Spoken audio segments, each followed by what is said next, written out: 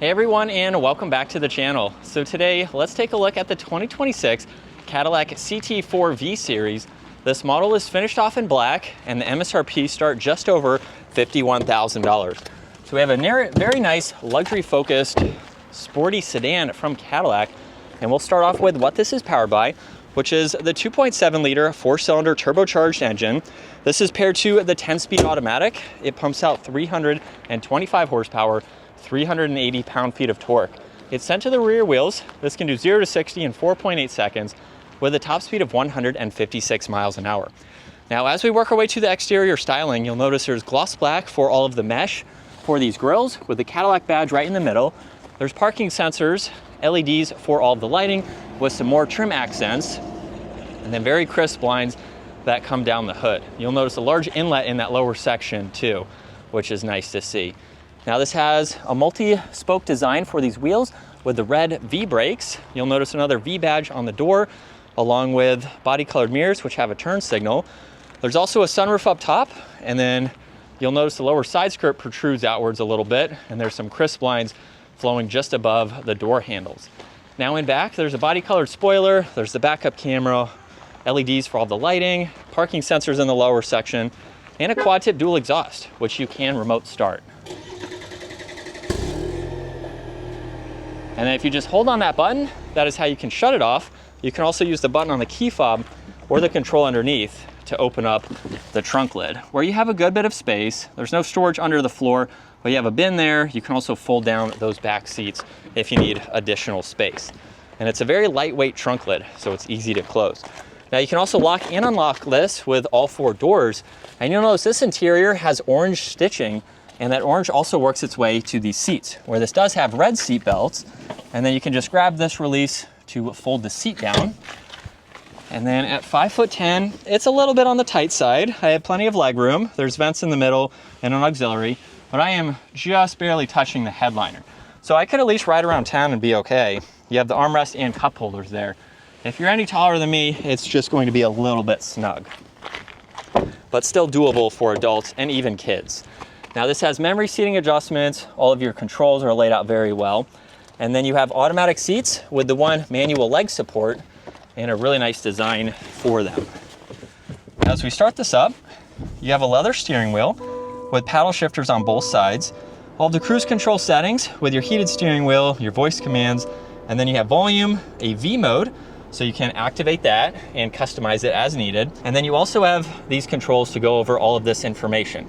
So you have a lot of daily driving info that you can monitor, and you can even get into your music, the navigation, your phone when that's paired, and you have various settings that you can look at as well.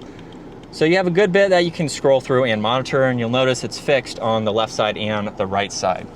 Now there's a dimmer switch, an e-brake, and then with the infotainment system, you have a good bit to go through.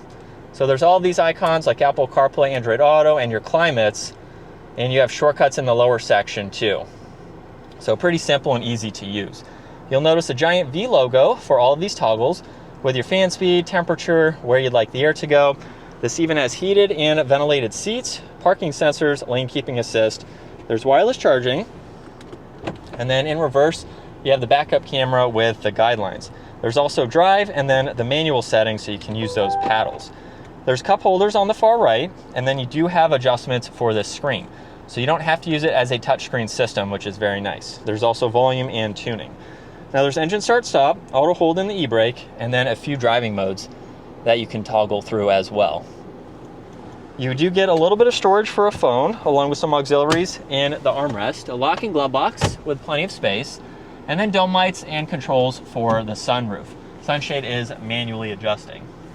And then here's a look at visibility, where it's pretty easy to see. You have quite a lot of glass in both directions. So we're still in sport mode, second gear. Here we go.